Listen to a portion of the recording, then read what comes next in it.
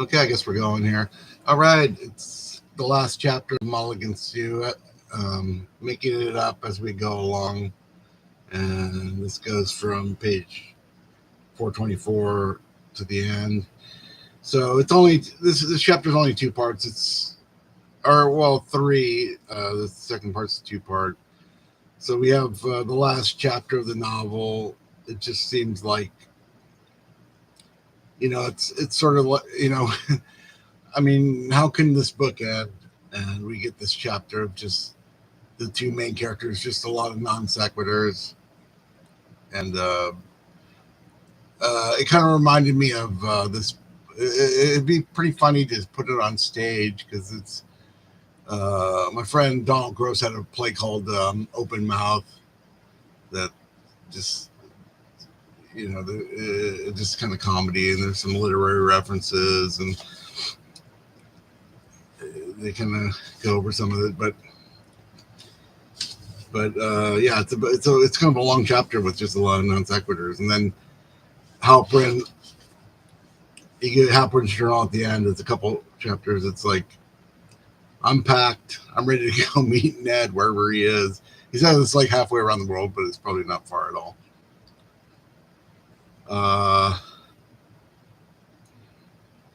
And then he said Lamont is just, he will continue on without us, voices in a total void. It's like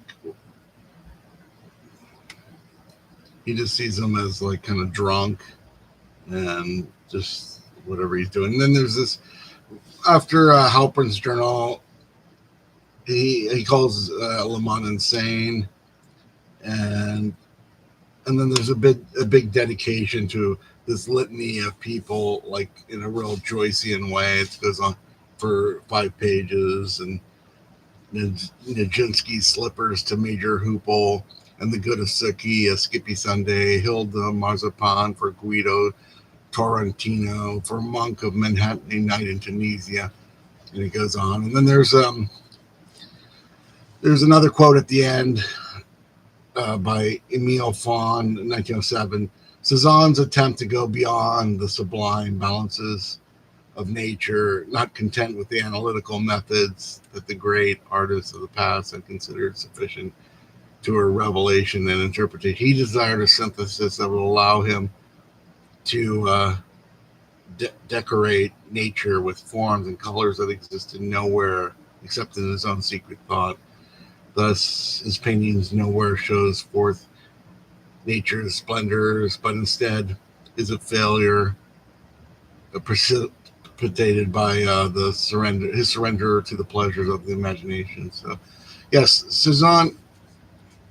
When we get to Cezanne, who's also considered the father of modern art around the turn of the century, Cezanne. I don't know his whole story, but I know he painted the same mountain over and over again, and it was more about the multiples than the actual subject matter. Because before Cezanne, we're painting like some noble person or some woman, beautiful woman, or there's like some obvious subject, and Cezanne is just turning everything on, and we're painting. Not only we're painting nature, we're just painting multiples of the same thing. So it's like, 20 ways to see,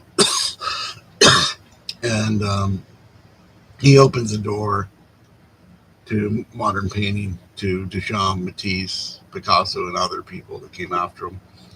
And I think that's what Sorrentino here is like talking about the novel. Like, he's not this. I mean, I think Sorrentino would have said that the straight novel had already been done, and it's time to these books that are sort of different, that are obviously books that are somehow relate to their bookishness and refer back to themselves. We can only write about pure art at that point. But yeah, let me look at some other books. I watched. There's a 99 novels by Anthony Burgess podcast where they talk about the different ones, and they do talk about At 72 Birds and Sorrentino's by Flann O'Brien. And so I'm about halfway through this book, and I haven't read it in a while, but it's like a novel about a novelist writing a novel, and so I mean, people like think of this book as kind of influenced by Rabelais, Sterne, and Joyce, and then I think, I mean, he was kind of celebrated for a while, and then I think people like Sorrentino and Italo Calvino, and even B.S. Johnson and others kind of like took up the mantle a bit. So yeah, I kind of want to read B.S. Johnson, and there's probably some other people that kind of took up the mantle, but it's usually like Spanish and Italian writers.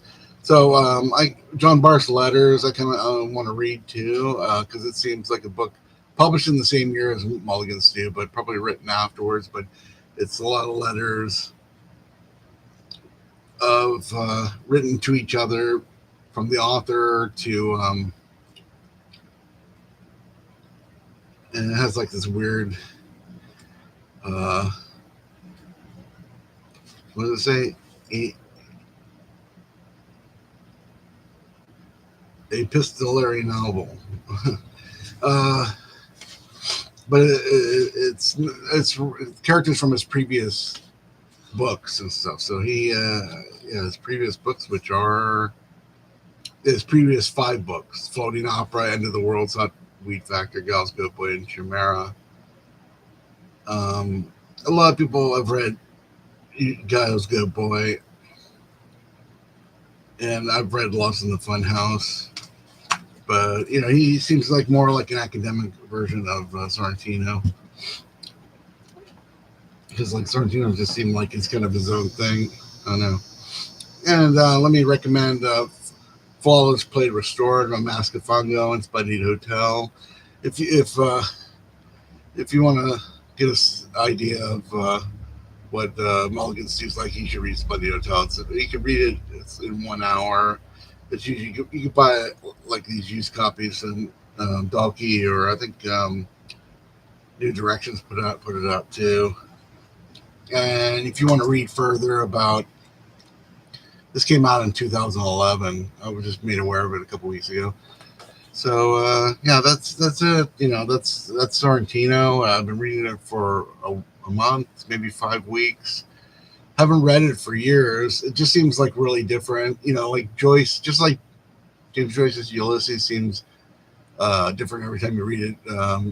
This is definitely the third or fourth or fifth time I've read it. I haven't read it since the 90s. So yeah, I've kind of put it off. But I can see myself reading some of the Sorrentino books in the next 6 to 9 months, and kind of looking forward to maybe read the trilogy.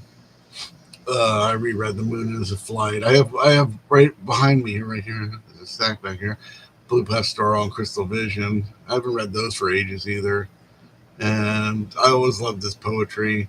And Sorrentino's like an important dude. I mean, some of these writers, they die, and then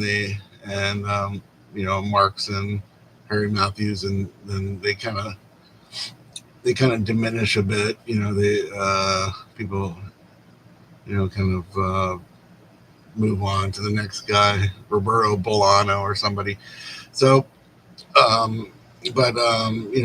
Sorrentino's always going to be important for me. He's kind of like important to some of the books I've worked on, because I worked on some books about Grove Press, and in American fiction.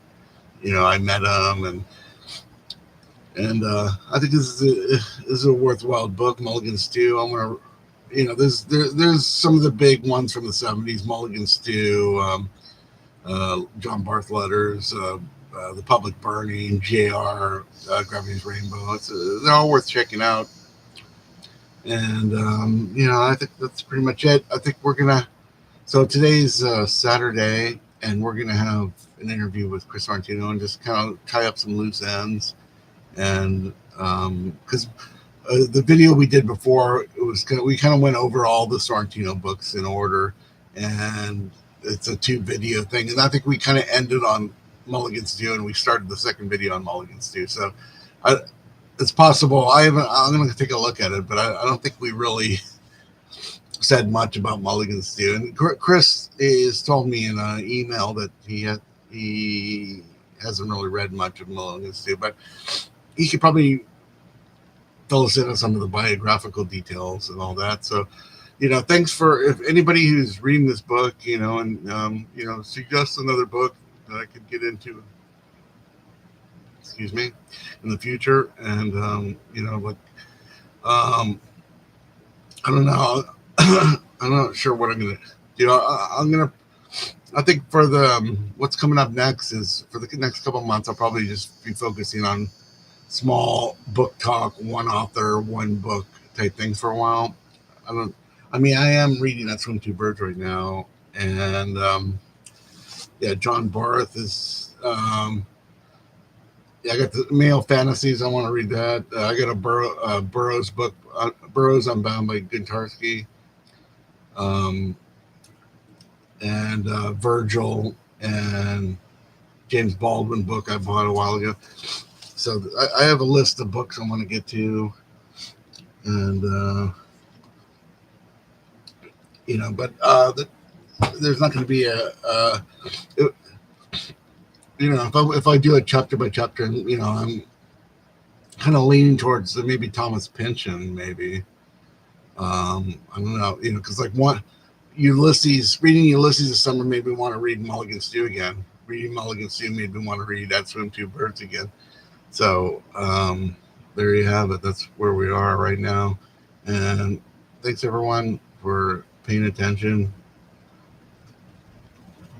I hope you have a good day.